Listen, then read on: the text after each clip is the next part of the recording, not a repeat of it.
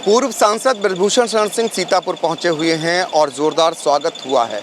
इस बीच उन्होंने कई बयान दिए हैं, जैसा कि इस समय मुद्दा गरमाया हुआ है बिहार का लेकर के। बिहार में अगर बात करें तो राहुल गांधी, तेजस्वी यादव और अखिलेश यादव की तिगड़ी, आपको क्या लगता है ये कोई कमाल कर पाएगी? देखिए, एक बात आपको बड़ी गंभीरता से लेना पड़ेगा कि राहुल गांधी भी नेता नहीं है और तेजस्वी भी नेता नहीं है। एक ये देश के राजकुमार हैं, इनकी मानसिकता है कि मैं देश का राजकुमार हूँ, उनकी मानसिकता है कि मैं बिहार का राजकुमार हूँ। और मुद्दा क्या बनाना चाहिए, शायद इस बात का इनको ज्ञान ही नहीं है। अगर वोट चोरी का मुद्दा था तो इसी उत्तर प्रदेश के अंदर राहुल का गठबंधन जो समाजवादी पार्टी के साथ था, 42 सीटें लोकसभा में जीत करके गए हैं। राजनाथ सिंह जी की मार्जिन कम हुई है, मोदी जी की मार्जिन कम हुई है, हमारे बेटे करण भूषण सिंह की मार्जिन कम हुई है। अगर वोट चोरी होता तो 10 से 42 से कैसे पहुंच गए? तो इनके पास कोई मुद्दे नहीं हैं। जाको प्रभु दारुण दुख दीना, ताकि मत पहले हर लीना। इनको भगवान हमेशा विपक्ष में ही रखना चाहते हैं, इसलिए इनकी बुद्धि भ्रष्ट हो जाती है। और वोट चोरी से शुरू हुए थे और मोदी जी के माँ तक पहुँच गए। वोट चोरी से शुरू हुए थे और मोदी जी के माँ तक पहुँच गए। और ये मोदी जी के माँ का अपमान नहीं है, इस देश की हर माँ, हर बेटी, हर बहन का अपमान है। और ये ताली तो बड़े जोर से बजवाते हैं, लेकिन ये चुनाव में बिहार से खाली हाथ लौटने वाले हैं, वहाँ की जनता ने तय कर लिया। तो क्या लगता है ये तिगड़ी कोई काम नहीं कर पाएगी बिहार में?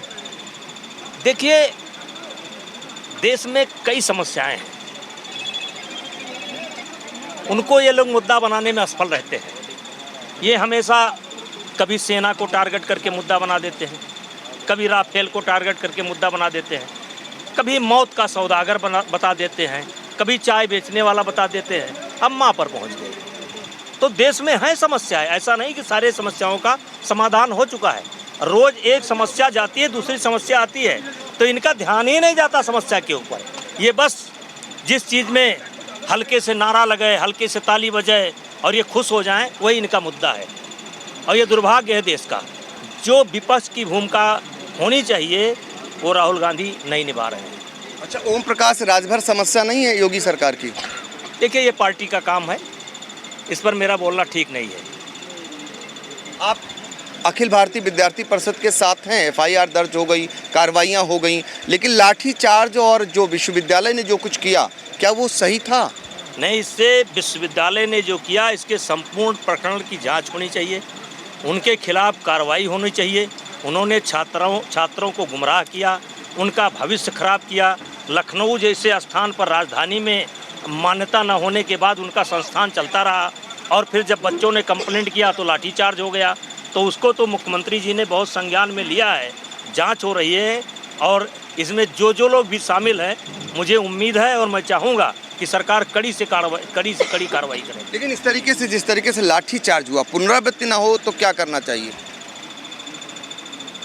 देखिए, इसकी गारंटी तो सरकार दे सकती है। हम तो एक कार्यकर्ता हैं, तो कार्यकर्ता की हैसियत से चाहेंगे ऐसा कृत्य किसी के साथ नहीं होना चाहिए। अब आपका लुक कुछ संत के भेष में आ रहा है, आप माला भी जप रहे हैं, तो क्या अब वो पहले वाला टैग हटा के अब संत कहा जाए आपको? हम पहले से यही थे। जो लोग हमको दूर से जानते हैं, उनके निगाह में मैं कुछ भी हूँ। तो बाहुबली क्यों कहते थे? बाहुबली देखिए, कहते हैं किसी सोते को गफलत से जगा देना बगावत है। किसी महरूम के हक को, किसी कमज़ोर के हक को दिला देना बगावत है।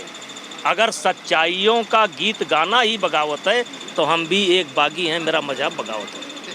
तो न्याय अन्याय की लड़ाई में बचपन से लड़ता चला आ रहा हूँ, आगे फिर लड़ता रहूँगा। जब तक ये जीवन रहेगा तब तक लड़ता रहूँगा। और माफ़ करिएगा, जब आप किसी बड़े व्यक्ति से टकराएंगे तो या तो आप इनकाउंटर में मारे जाएंगे और या तो आप अपराधी बनाए जाएंगे। इनकाउंटर में मारने का भी मुझे प्रयास हुआ, मेरे ऊपर गोली भी चली, आज भी गोली है, लेकिन उत्तर प्रदेश में शायद कुछ चुनिंदा लोगों में से एक मैं हूँ कि जिंदा हूँ, और लोग जिंदा नहीं हैं, क्योंकि व्यवस्था के खिलाफ जो आवाज़ उठाएगा तो उसको झेलना पड़ेगा। ब्रजभूषण जी, आपका नैमिष में आगमन हुआ था, आपने एक बात कही थी, वहाँ पर कहा था रघुकुल रीति सदा चली आई, प्राण जाए पर बचन न जाई। वहाँ पर हेलीकॉप्टर सेवा शुरू करने को लेकर कहा था, अगर सरकार ने नहीं शुरू की तो मैं शुरू करूँगा, ये वचन देकर जा रहा हूँ। ऐसा बयान तो मुझे खैर याद नहीं है, लेकिन मुझे उम्मीद है कि भविष्य में ये सेवा शुरू होनी चाहिए। आपके पास 3-3 हेलीकॉप्टर हैं, जरूरत पड़ी तो आप भी सेवा शुरू कर सकते हैं। भैया जब कहिए आपको भेज दें। नातेदारी रिश्तेदारी है सीतापुर। तो आप क्या चाहते हैं? नैमिष एक पावन तपोभूमि है, अयोध्या को लेकर के आपका ये सर्किट है, इसको जोड़ना पड़ेगा और काम हो भी रहा है, ध्यान में है, आने वाले भविष्य में जुड़ जाएगा। आखिरी सवाल मेरा, 2027 आ रहा है, 27 में तमाम चीज़ें आप देख रहे होंगे, कांग्रेस और अखिलेश यादव का फिर से गठबंधन होने जा रहा है, मायावती की अलग खिचड़ी पक रही है, क्या रहने वाला है 27 में? देखिए, कांग्रेस एक डूबता जहाज है, उसके कप्तान राहुल गांधी है। तो जो डूबता हुआ जहाज है, जिसके कप्तान राहुल गांधी है, उस पर जो भी बैठेगा वो डूबेगा। यानी अखिलेश यादव को डूबना है। राहुल गांधी अगर कप्तान रहेंगे जहाज के, उस जहाज पर जो जो बैठेगा वो डूबेगा। तय है? बिल्कुल तय है। अवध क्षेत्र में बहुत बुरी हार हुई, आपको टिकट नहीं दिया भारतीय जनता पार्टी ने, क्या लगता है इसका खामियाजा भुगता कहीं ना कहीं पार्टी ने? नहीं, टिकट तो दिया, मेरे बेटे को दिया था। आपको? हम 70 साल के हो गए। अच्छा, वो जो आरोप लगाए थे वो किसके कहने पे लगाए थे, जो महिला खिलाड़ी थी? वो बड़ा लंबा विषय है, बस एक लाइन का शेर अर्ज करता हूँ। इतने गहरे घाव कहाँ से आए होंगे, इतने गहरे घाव कहाँ से आए होंगे, लगता है तुमने भी दोस्त बनाए होंगे। क्या? तो कोई बचा नहीं जो शामिल नहीं था, लेकिन जो जो शामिल थे सबका लगातार सत्यानाश हो रहा है।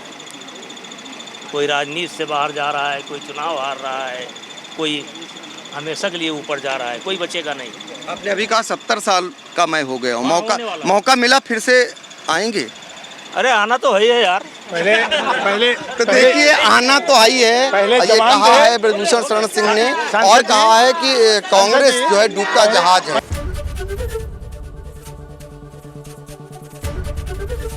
एबीपी गंगा, खबर आपकी, जुबान आपकी।